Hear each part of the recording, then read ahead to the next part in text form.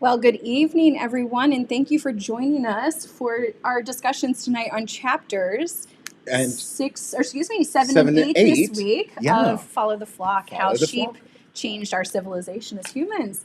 So I always ask you this every week because, and your answer is always yes, you love the book, you love the chapters, but there are always things that stick out to us from one chapter to the next. And as soon as I knew that we were talking about Vikings, I knew this was going to be a fun talk tonight. And dogs. And dogs. And dogs. And Sarah, you are going to be impressed with your father because I actually have now read on a little bit more. So stay tuned till next week when we're talking about knitting. Now, I'm not a knitter. Sarah is a knitter, but there's some really cool stuff coming up. So don't miss next week as well. Yeah. And you know what? There's so much we still have yet to learn about a lot of these cultures that we discuss here on this program.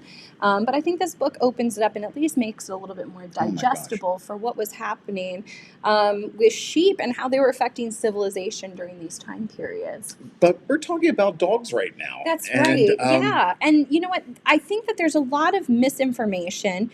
One of the websites that I'm going to be sharing with you guys is on the history of dogs, the journey of man's best friend. And for all of you at home who are dog lovers, you will have a great appreciation and probably a lot of curiosity surrounding how this all happened. And now there is some controversy, of course, when it comes to where our origins began. And there's really two theories, right? Either they separately started to evolve or domesticate in both Europe and Asia, or that domestication happened way earlier than what we think. And so...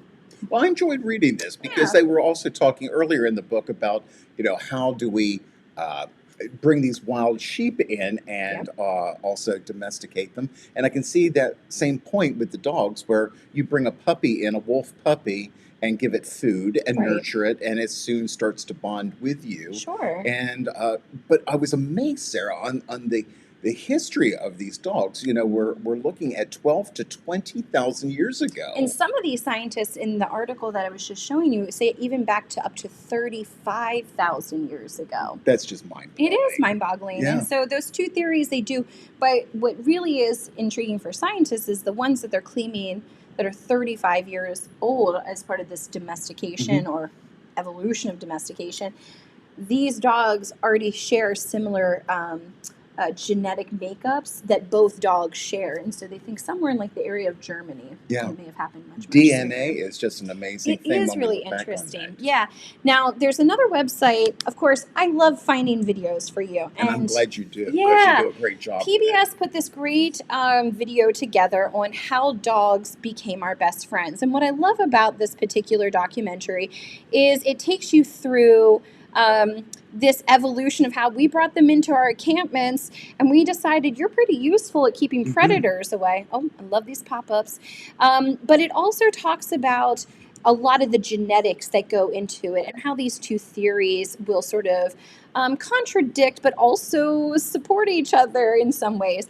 And of course, PBS always does a great job at presenting information easy to digest, but also pretty informative, and they do their research. So take a minute and check that out and see how it strikes you.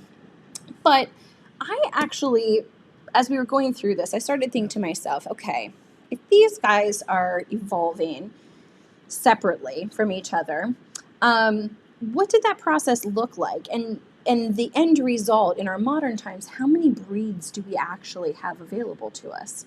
Well, today, I don't know, but you know what? I wouldn't miss the Westminster Dog Show right after our Thanksgiving meal. It is so interesting, especially the working class dog. And they're talking about the working class dog, but I mean, we could be looking at little dogs, or we could be looking at really big dogs. Yeah. Now, I have never heard of this, but I'm not into dog breeding. We have some Heinz 57s, but there is an organization, Federation of Cynogeek International, or the World Canine Organization.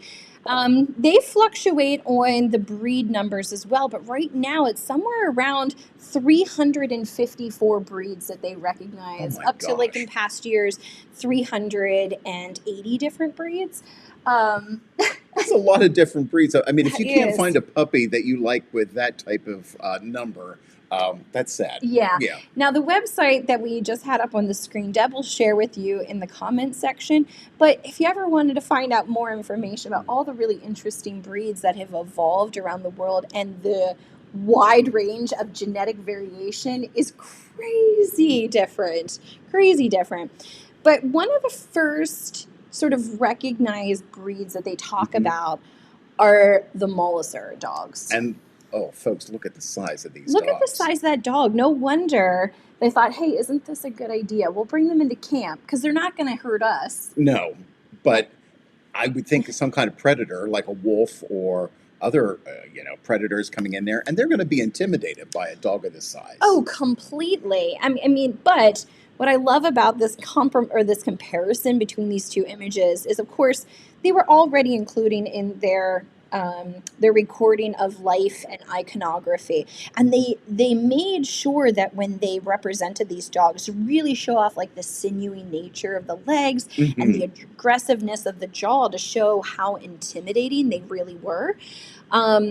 But in real life, when you look at some of these breeds that have stemmed off of the Molosser, we have a wide range available to us now. Look at that dog. Yeah, and I mean, these are sort of the epitome of like big baby dolls, I Yeah. think. But for any predator that might be coming close to the flock on the go, if you were Mhm. nomadic or you were a stationary civilization, this would have been a really valuable asset to have, It looks like a mastiff. on your side. It does. Yeah. And mastiffs are one of the breeds that are recognized here, but also, the pit bull, the Tibetan mastiff, I think king corsos.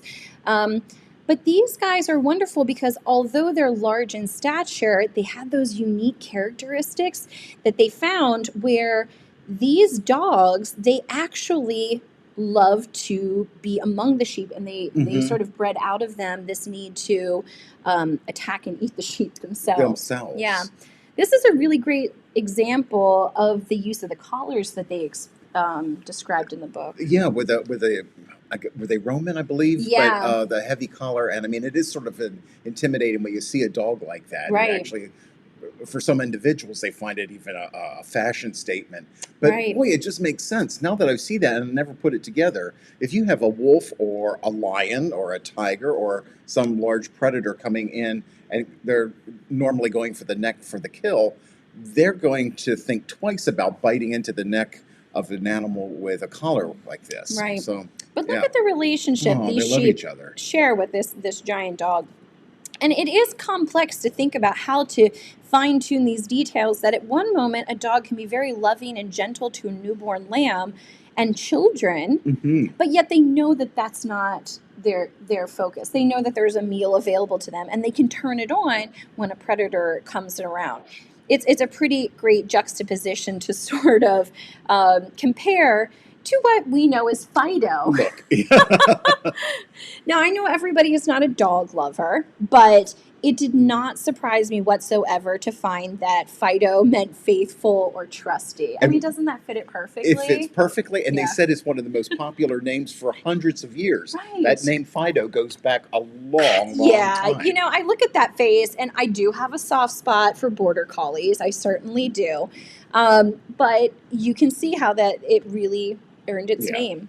And these border collies are part of a subclass of herding dogs. Once they sort of move past the need for just protection, they started working with breeds of sheep that were smaller, Mhm. ate less, were Right. faster. And so all of those reasons. And so, yeah, a border collie, they're not going to eat as much. But what an active animal! If you've ever been around a farm where they have border collies, those border collies are going to herd those sheep, or they're going to if they don't have sheep to herd, they're going to herd your chickens, Yes. or you and your children. Small children. They just need to work. Yeah. And do you remember Panda, our border collie? Yeah, I sure when do. we walked in the woods, she always did circles around us. She'd go up a little bit and then she'd loop back behind us. Even if I don't know that she even knew that it was instinctive. So instinctive in her. Yeah, she was never trained as a working dog, but she was pretty wonderful.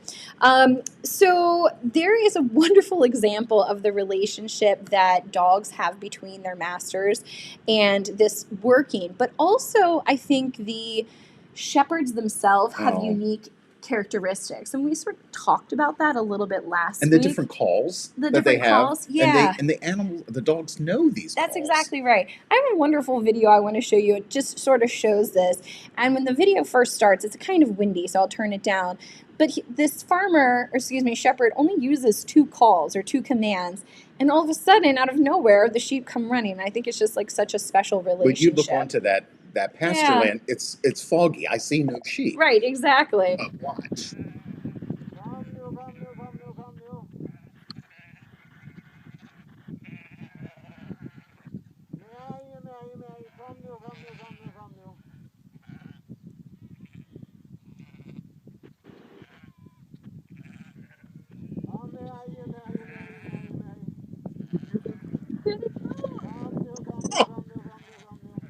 Isn't that fabulous? Now I won't drag this out, but you can imagine this goes on for a little bit longer. It's only about a 3-minute video, but the wonderful thing is that either they know this simple command, or there's one designated sheep that knows enough to come when that's called, and they all follow that guy because they know probably there's some incentive, or there's a little snack waiting for them at the end. Yeah, I love watching that working sort of relationship between the shepherd and his folk, or his flock. When it comes to working dogs, the Border Collie does get a lot of recognition, and I found a website that is a museum dedicated to it, but what I was really interested to find was that it went hand in hand with a story about the drovers. Okay? Well, and too, I thought Border Collies were primarily for sheep, but I learned they were used for other things. For all kinds of things. For cattle. Yeah. And this website is neat because it gives some really great examples of paintings that were done while this practice was still being done. You get to see some traditional costuming among the Scottish Highlanders as well as some Englishmen. Gave a lot of good information about how they followed waterways and natural low-lying areas that would protect the sheep. So it's an interesting read if you have a few minutes to actually go and check that out. And the word drover. Yeah, isn't that interesting? It's a very interesting word, and I was not familiar with it. But you and I talked a little bit about it. I sort of remember, Sarah, there was a bank called the Drovers Bank. And was there some kind of a correlation between that? Yes. And sure enough, in our reading, we find out, yes, there was. There totally was. Yeah. Now, I want to show you an example. I mean, we were talking about drovers primarily with sheep in this publication, but drovers would have been used for all different means, including transporting people, financial transactions, parcels or letters, but also different forms of livestock. And I found this to be interesting, especially going to some of these big markets. Whole towns would shut down as they move hundreds of sheep through, and perhaps other livestock too, because let's face it, there are all different forms of, delicacies that are easy to grow. And it was much easier to move live animals than it was to move things that needed to be refrigerated or for far distances. So what do you think people thought about and say, oh gosh, it's Wednesday, it's market day again. Oh, yeah. I better get my laundry in because all these sheep are going to be coming into town along with other animals. It must have been a filthy, dirty mess. Yeah, imagine one guy riding ahead and saying, everybody get your stuff away so we don't walk away with any of your livestock. And the women are just like in a panic, pulling the laundry off, getting the kids in so that they don't get trampled. I'm sure it was quite the sight. And in many places around the world, that is still actively done. And they brought hundreds of animals into town to be auctioned off. And as they mentioned, the abattoir, the butcher shop wasn't far off in town. And there you go. Now, one of the other things that was interesting that I read in here, and I know currency is something that through time changes, but there was actual currency, and it was recognized by the iconic black sheep on them, Hmm. depending on how many sheep were on the note, depending on the value or how many pounds it was worth. I thought that was just so interesting. So if it would have 3 or 4 sheep, that was 3 or 4 pounds. Right. Wow. Yeah. Yeah. So, the main thing to keep in mind is, yes, we've got these shepherds, we've got these working dogs, but they also had another secret weapon. Oh, look at this little guy. Yeah, the bellwether. And I mean, it is kind of a neat term. Makes sense. It's a wether, It's a weather. male. If we don't know what a wether is, a wether is a male that has been chosen to be castrated because they're not going to use him in any sort of breeding program. So rather than sending him to market, if he showed some sort of level of intelligence above all the rest, and he didn't have all that testosterone going through him chasing after the ewes, he might be a really good choice to lead He's the everybody. candidate. And that would be, it's a little confusing with today's sort of terminology mix up because I see all these things. Of course, I have small kids, so if any of you have seen the movie Zootopia, one of the main characters is Bellwether, and she's stinking cute. She is. Well, I can see Belle. I mean, Mhm. it's associated with females, but she certainly doesn't look like a castrated ram. No, No. yeah, the term weather is sort of lost on her, and I found the same sort of irony here in that there's Bellwether Farms, Artisan Creamery. I'm not sure how many weathers might produce milk for you to make into cheeses and yogurts, Well, I can but tell you the answer is no. none. None. And then, of course, lastly, if anybody's into finances, of course, there's a term that's sort of associated with advancing quickly within the stock market. So now we've got all these different terms to refer to something that was much, much different. It's so fascinating to see how things have evolved over many, many years. Agreed, yeah. From its original terminology and where we are at today. Yeah. Now, these complex roots, of course, have changed over hundreds of years. I mean, like, Yeah. we're talking hundreds and hundreds of years. But in Spain, there is a very famous road, the Via Picaria. I am so sorry, I do not speak Spanish well.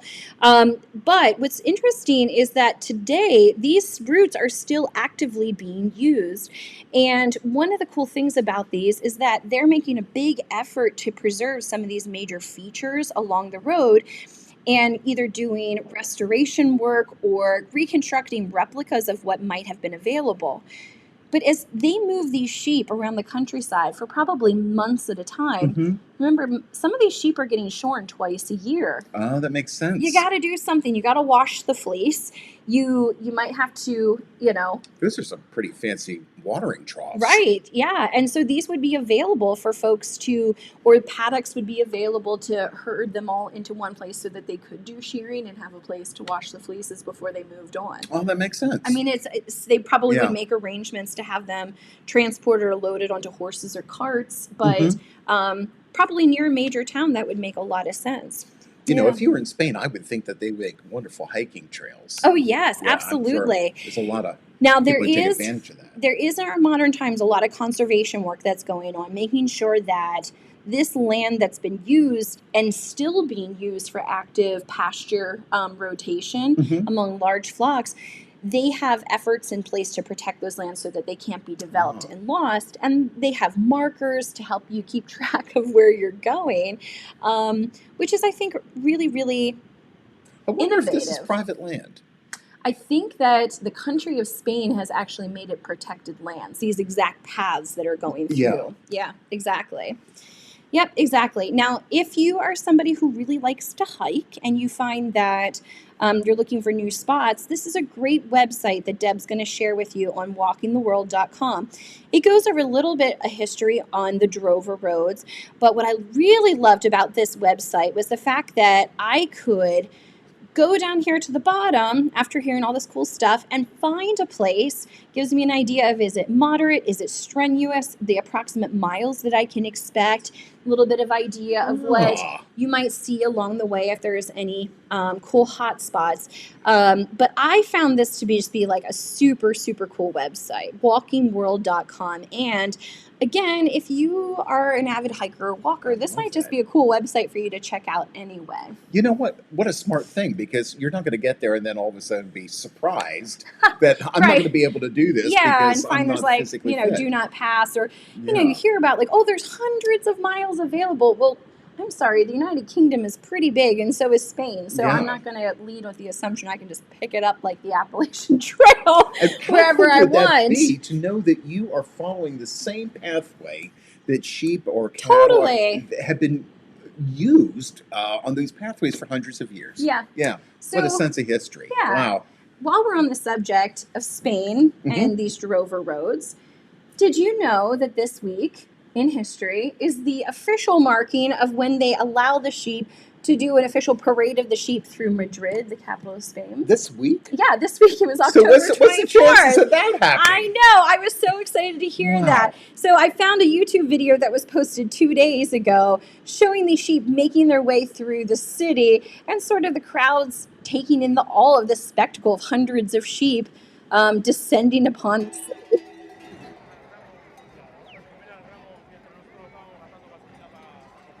I was glad to see that there is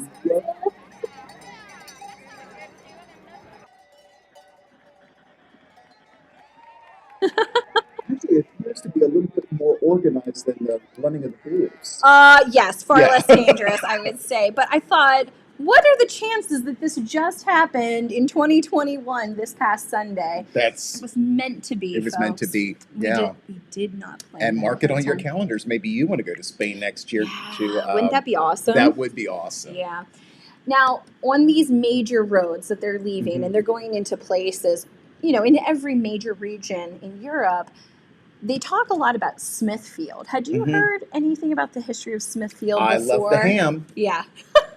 Yeah, well, yeah, different of course, Smithfield. different Smithfield. Ironically, different Smithfield. But Smithfield was a region in outskirts of London. I mean, really, it's connected to London at this point with the sprawl and how big the city's become. But it was a really common place for lots of shepherds to bring in their wares. They would congregate. There was an active butcher house established so that they could process the meat and send them off or be sold to whoever was in town. But it kind of got out of hand. Well, again, I learned a lot from that chapter because I didn't realize that this is where a lot of executions were also performed. And, oh my gosh! I mean, here we are. Let's take the kids downtown and woo, yeah. Let's teach these kids some morals and a good old-fashioned execution.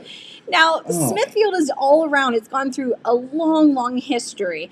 But the meat market portion has been, just shy of about 900 years. But if you're interested in all the other things that went on there, including the executions, if you wanted to sell off your wife, whatever.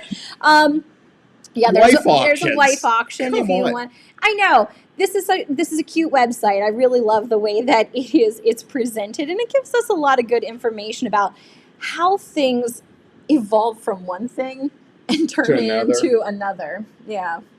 And also, I was reading Billingsgate Market. They talk about it being a fish market. I remember my grandfather, your great-grandfather, talking about Billingsgate Market, where you could go and buy your fish for the week. Yeah. And, you know what? Yes, Sarah, please. This next video that you're going to show. Distracted much? Yeah, I'm distracted. I'm looking at this. This is so awesome. Tell them about this. Okay. So I really wanted to know, because we talk about this in spinning classes, but I found an Edwardian site where they do reenactments in England where a woman is actually demonstrating how to extract lanolin. I was eating because I was stressed out. Candy bars, commercials, chips, donuts, gaining weight. But since there we go. Products themselves. Ruth is making lanolin, a natural fat extracted from a sheep's fleece. I'm absorbs really well into the human skin, so you make an awful lot of skin ointments out of it. It's also really good as a grease because it's being a natural thing, it sort of absorbs nicely into things like wood, so helps wherever you've got sort of wooden moving parts, you can use it as a lubricant there. So I'm going to pause this for a second because we don't need to watch the whole thing. But what's wonderful is this house is designed with a stove that's heated from the bottom. And then the wooden round lid that you see there actually has the cast iron pot beneath it. So Cool. it's heated. Yeah. She allows it to cook so that all of that junk is released. And then when she comes back the next day and is able A day to later, release it. and Ruth's lanolin is ready. Yeah, this is sort Now, isn't that lovely? It looks disgusting. But Right. I have to admit, I've had that sort of thing happen when I've been washing fleece and scouring fleece. I've had a situation like that, and you go to skim it off, and you Skim can off the feel fat. you can Mhm. feel the lanolin in there. Yeah. Now, in modern times, I'm sure they have much more advanced systems, but when you see it like this and it kind of coagulates on the surface of the water, she simply takes a spoon, scrapes it off, dumps it in a bucket, and they keep a stock of it. Probably separates the water a little bit more from it, but that would sort of be like the magic fix-all ointment to have around your house. And I would hope they would refine it a little bit more, Oh, because there's sure. other goodies in there besides just the lanolin on the top. Like what? Dung. Oh, yeah. Yeah. Maybe a little bit of that. But one of the men who really made a name for himself in extracting lanolin or finding how that process worked was Thomas Burberry. Now, Burberry is somebody that we probably recognize with the fancy plaid scarves and the trench coats Oh, that yeah. get a lot of notoriety. But Burberry was interesting in the fact that he was a keen observer, right? And he learned that through a special process of oiling the outside of the garment, it created like a waterproofing effect to it. And it ended up becoming sort of a revolutionary type fabric that famous explorers, the first ones to go to Antarctica, we talked about in the Golden Thread, were wearing this as a waterproofing protector. So I love the way that Sally has put this book together, because when I read that, I'm immediately thinking, oh, you know what? A previous chapter, we were reading about the shepherd's smock. Yes. And all the smocking on there. And I can just imagine Mr. Burberry is looking at this shepherd's smock that is just impregnated with all this lanolin from gathering up sheep and holding sheep. Yeah. And he's gone, there you go. Yep, exactly. Now, oil of Olay is another great thing that they brought off, and all the benefits of, even in modern, I'm calling this modern because we're no longer talking about hundreds of years ago. No. Oil of Olay was really wonderful at marketing this product with lanolin in it, but what I love about this is for a long time, they simply just put beauty fluid on it. It had no sort of indicator as to like what part of the body it was supposed to go on. Yeah. Or how often you should apply it, or what it was even supposed to be helping. But it was a beauty. It was a beauty fluid. Today they know advertising better. I mean, Jennifer Aniston, she's talking to her chemist about, this is great for my face, this is great for my arms, but, oil of Olay, Exactly. put it wherever you'd like, behind your ear. Yeah, why not? Mm-hmm. But you know what? Those sort of marketing things, I think that they understood they had a good product, but how do you make a product versatile? It's sort of like the cure-all thing. If you got wrinkly hands, put it on your hands. You got wrinkles on your put it on your face. And if you've got, a blemish on your face or something like that, it cures everything. So, yeah, it was a cure-all. Yeah. Add a little bit of lavender to it or chamomile, and you've got yourself a potion. Right. I'm going to sort of derail us onto a new track at this point, because fairy folklore is kind of interesting depending on what region you're coming from. And your mom, being from England, she was a fairy lover. She loved the fairies. Yeah. Yep. Now, one of the first fairies she describes in the book is Loriag. And she is a fairy among the Highland people, and she oversees cloth making. So often they would give her offerings of milk. But I love about this illustration is her distaff. For some reason, she's got shoved in the top all these finished spindles that she's spun up.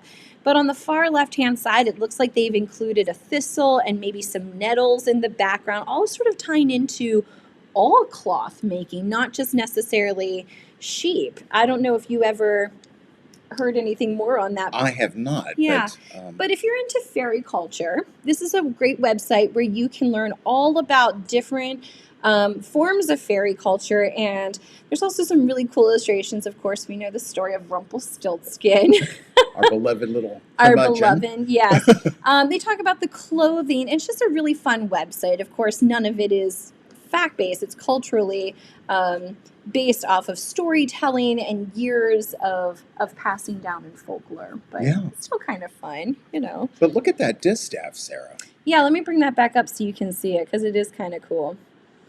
You know, around the world, people are using all different kinds of distaffs. Yeah. And my very first spinning wheel actually had an intact distaff, and it was a typical sort of North American distaff on there. So you can see what that looks like. It's a cage, and you would wrap linen around that. Sure. But in other parts of the world, not only are they spinning linen off of these distaffs, but in Greece, Turkey, Eastern Europe, they're also using a distaff that might look something like this. And let's see if we can get that camera so you can see the beautiful chip carving on that. It's really long, too. Did you see how long that is? I don't know if you can see from the distance. Whew, there we go. Pretty big. And here's another one. Our friend Nancy Spees has given this to me to look at all that detail work down the shaft. Let me get this out here to you. By the way, I'm also reading the comments section. I totally agree, Arlene. We do need to go look for some fairies when we're in Scotland. Pay our homage to the fabric makers. But what I loved about these distaffs, I mean, we can see holes drilled in it, so you could put a ribbon through there, and also you could put wool in there. But that long staff that you're seeing, if you were walking, let's say as a shepherd or just walking to market, you could put this in your belt, and that way you now have two hands free to operate a spindle. Is that how you spindle? Spindle, just like that. Just like that. Like playing a flute. But if you say so. But like, how ingenious is this? And it's a very simple thing. Yeah. I'm guessing, you know, this is very beautifully carved, but this might have been a gift, let's say, from a young man to his beloved future wife. And he knew that this was going to be a very important part of their future. It's, you know what, it has enough weight to it, but the wear on it is unbelievable how well it's been worn down just from being handled and used over and over again. I was really thrilled to hear some of the recognition and sort of some insight into Viking culture and how women were so integral in it. We now know that they made their journeys with the men, even these cross-oceanic voyages. But they also really made note of how important for every woman within the culture to be an active spinner to produce enough for their communities to continue to travel and clothe them and house them and keep them warm. From a young age. Yeah. I mean, I think about your two girls. They would already be, at 6 and 8 years of age, prolific spinners. Sure. And they were... Many hands light work. That's right, and they were needed as part of the family to keep the textile production going. The cool thing is unlike other spinning and weaving equipment, most of these whirls were not anything that would disintegrate over time or be affected by time. So archaeologists are able to find lots of really cool examples of Viking whirls, and these whirls could be made out of stone, metal, clay that they had even fired. But all of them sort of had the same composition. They were very simple in design. Sure. The spindle itself could have been... If you're a non-spinner, this will give you some kind of an idea of how that spindle would be working. So the shaft is wooden, but the whirl that we're talking about is this disc that kept the momentum of that spindle going. So in a clockwise position and drafting those fibers out, either by hand or from... how cool is that? You know, that's how we make thread. But there are spindle whorls found, like Sarah said, of all different kinds of materials. And they've lasted. Yeah. Should we show them some? Sure. We have some cool ones that we can show you. Again, thank you, Nancy Spees, for letting us educate Your collection now helps us educate others. Yes. And this is very, very heavy. It's lead. Yeah. But, you know, you find these in British gardens. You find them in fields when they're digging things up. It's a little bit like us for me Yeah. as a child, finding arrowheads. That's right. These come up everywhere, and it was pretty easy to cast one of these beautiful whorls, and they got lost. Some of them are really smooth in composition. Some of them have some overall surface texture, and we have these all tagged so that you can kind of And see them. And even glass, and which is even interesting. glass. Yeah. Now, the cool thing about this collection is this is something that Tom has, and so if you're really into this type of thing and you want to come and take a look, how many different whorls do you have in your collection? Hundreds. Hundreds of different whorls, and So- most of them dating from what date range? 1,000 years old, 1,200 years old, Mm-hmm. maybe some of them even earlier than that. But what blows me away as a spinner is I know that people were spinning this way for many thousands of years, but they're doing it. The Vikings are doing it. They're doing it in the Fertile Crescent. We're doing it in Central Asia. We're also doing it in the Americas. Yeah. So Mexico, Mhm. Honduras, all the way down into Peru. Everybody at some point has figured out how to make a spindle Yeah, and make thread and clothe themselves. exactly right. It's just Yeah. fascinating. It is super fascinating. Now, one of the cool things that we learned very frequently, I would say, within our lifetime, is a historic site that is found in Newfoundland, which is Lonzo Meadows. And what's cool about this site is it is the actual proof that we have that Vikings made it to North America Mhm. way earlier than we ever thought. I mean, up to 1,000 years ago. And so we have been able to unearth a treasure trove of artifacts that were left behind by some of these. And there's some really cool stuff there to discover. So go to the website, check it out. They talk about some of the artifacts, but right down in here it says spindle whorls and knitting needles were used by women. And so they have found examples of these here, and they can now claim that this was going on even here in North America. And it does feel rather close to Mhm. home, it being Newfoundland. In Yeah. fact, I know that you could technically drive there from here. If you go up to the northern part of Nova Scotia or even Prince Edward Island, you can hop on a ferry with your car and drive right out to Newfoundland and visit some of these ancient sites that took Vikings weeks or months to get to get there. So you Yeah. and Dustin recently had been up Yeah. to Prince Prince Edward Edward Island, Island. yeah. So how far would that be? So you have kind of two options if you ever wanted to try it. One is a 7-hour ferry ride, and one is a 15-hour ferry ride, which will take you to the far eastern side. But depending on where you plan to go, it might be easier to do it versus overland to get that far across. But you got to admit, that would be a Yeah. fun thing to do. Yeah. Yeah. Yeah, because Newfoundland is a really interesting place, and not many people choose to vacation there. Maybe we No. need to go and explore it. July, Mhm. August. Right, all those fun times, Yeah. right? And when we talk about the Vikings actually making that journey, Mm-hmm. they have a better idea of how that happened and the technology that was required and the supplies that were required to do this. And the Smithsonian actually put together a really great video. I'm not going to play anything for this one because it's pretty self-explanatory, but they talk about some of the tools. They talk about sort of the area, but they also highlight some archaeological evidence that they found of the scale of their ships so that we have a better understanding of how many people would have fit. And, I didn't want to play this. This is a great view of what it looks like from the top. And I think that they actually unearthed this in like 1902. So the fact that they found it in a time period where they had at least a little bit better understanding of how to preserve the wood and make it available for people to see in the future, this is a crazy, wonderful example because I think in the video they say like 94% of the original wood that was used to construct this is present. It's like finding almost a completely intact dinosaur gosh. without it being intermingled with a bunch of Yeah. other random bones. Yeah. Oh my It is gosh. super, super cool. So please go watch that video. It's 4 minutes. It's not going to take a lot up of in your life. But there's like 2 more that I want you to check out as well.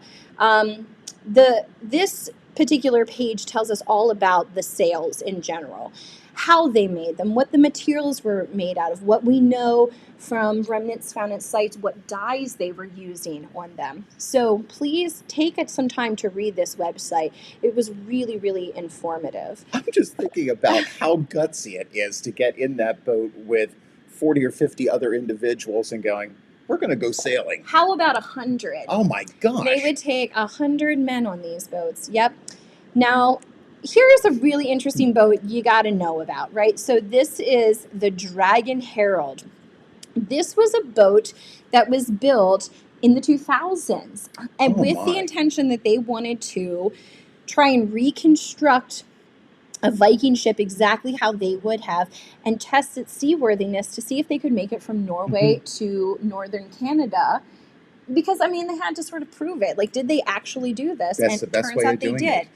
If you want more information on them, the crew that put this hull together, from doing a test flight, this is their little mini boat that they built, all the way through the construction of the full boat, you can see it on their YouTube page. I got to pull this up for you to see because it's awesome. Yes, Christmas is coming, people. Sorry, I couldn't skip past this, but this is the Dragon. Oh, this is fascinating. Right, and what they do is they take you through the entire making process so that you have an idea of what they would have gone through. Nail. It is this process that has created the name clinker-built ships. So they have to hit one up. In there. Yeah. Ina calls for a practical seminar to discuss details. The shape and strength of the This we is use just so wood fun. clamps and slowly press it into place.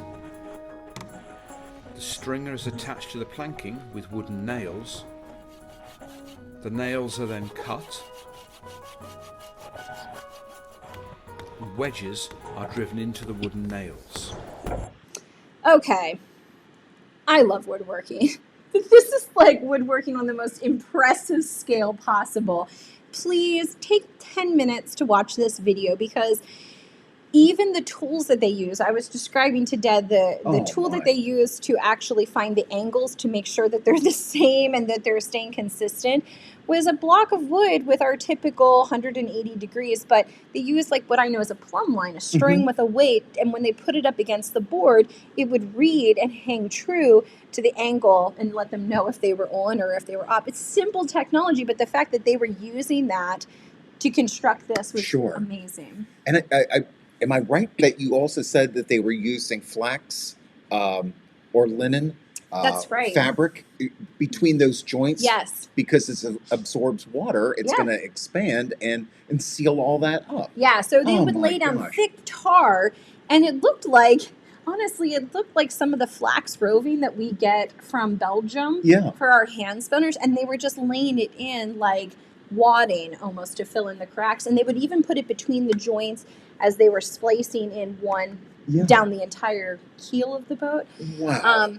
Dustin's taken some courses on strip-built kayaks, so I showed him this, and he was completely mesmerized by the whole process. It is so interesting. The other cool thing is that if you go to their whole YouTube channel, you get to see the process finish and then them actually putting it in the water.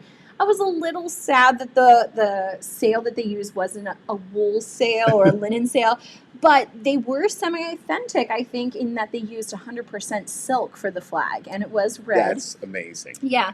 And we do know that Vikings had access to the Silk Road, so who knows? A later period of Viking culture would have had access to used it. Yeah. But the wool sails, I mean, when I found out that these Viking sails were made out of wool, it's like, no, they weren't. You know, where are they going to get cotton tarps? Or where are they going to get polypropylene or something like that? Of course they had to use something, and wool was a natural choice.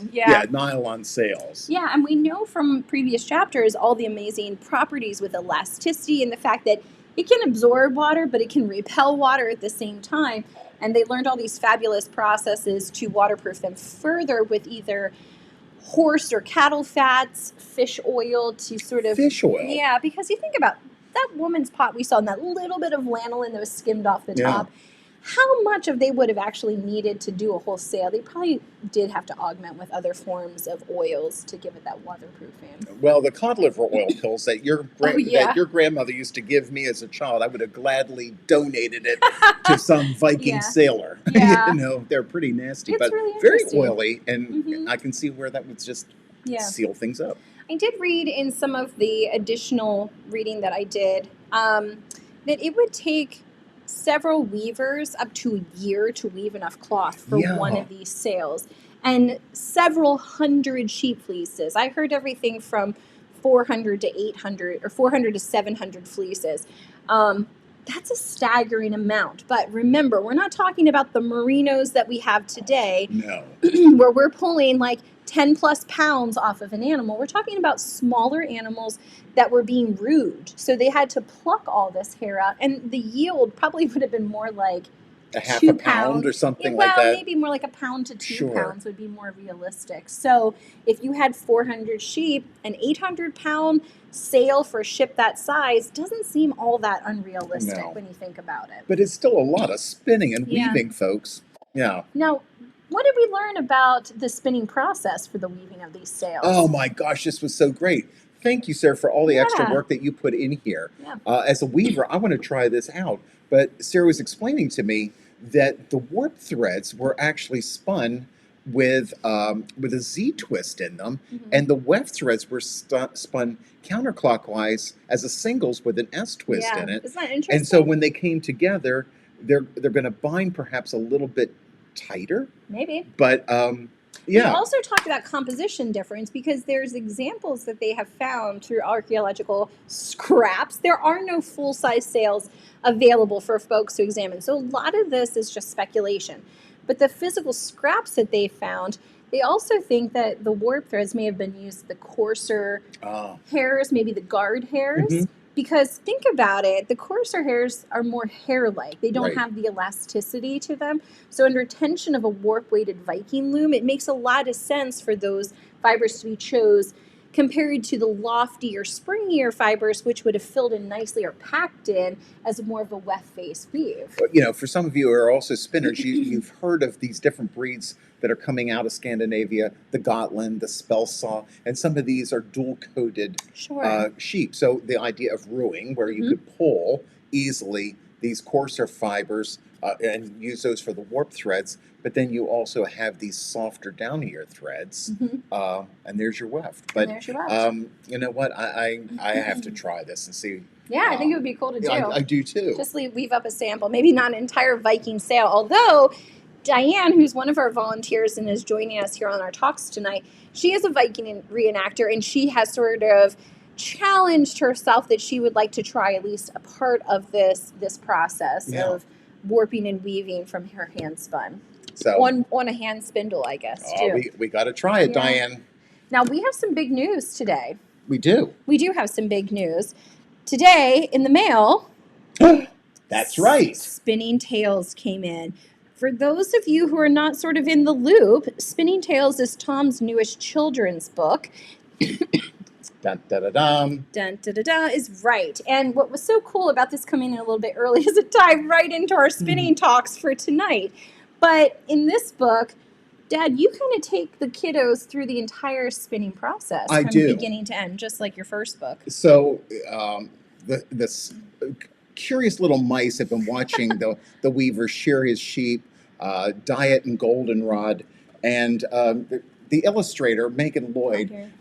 We are looking forward to having her come in and talk to us about this at some point, I hope.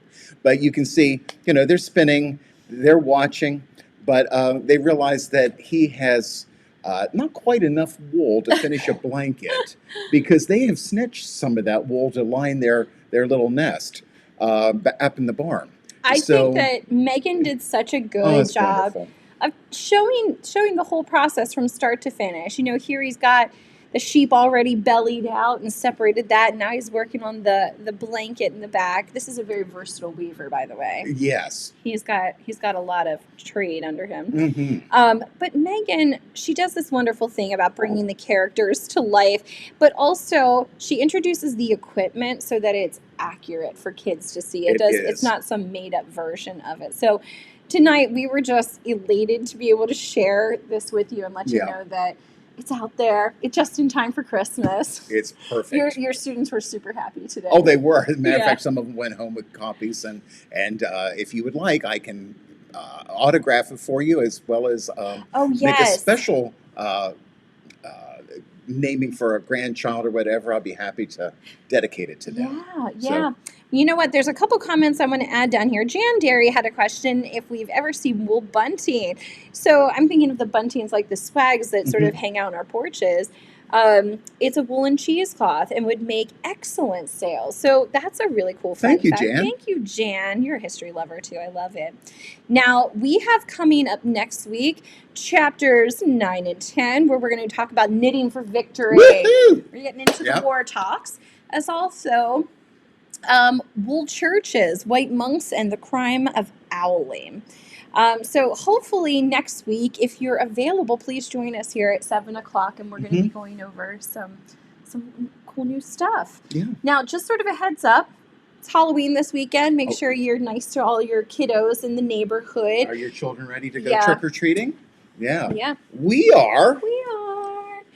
It's time for the holidays. And we don't mind being a little silly. So happy Halloween, Happy everybody. Halloween, everybody. We've had a wonderful time joining with you this evening and talking sheep and wool and everything fun. That's really sharp. Like me. Like you. Just kidding. All right. Thank you, guys, and have a wonderful rest of your week. Good night.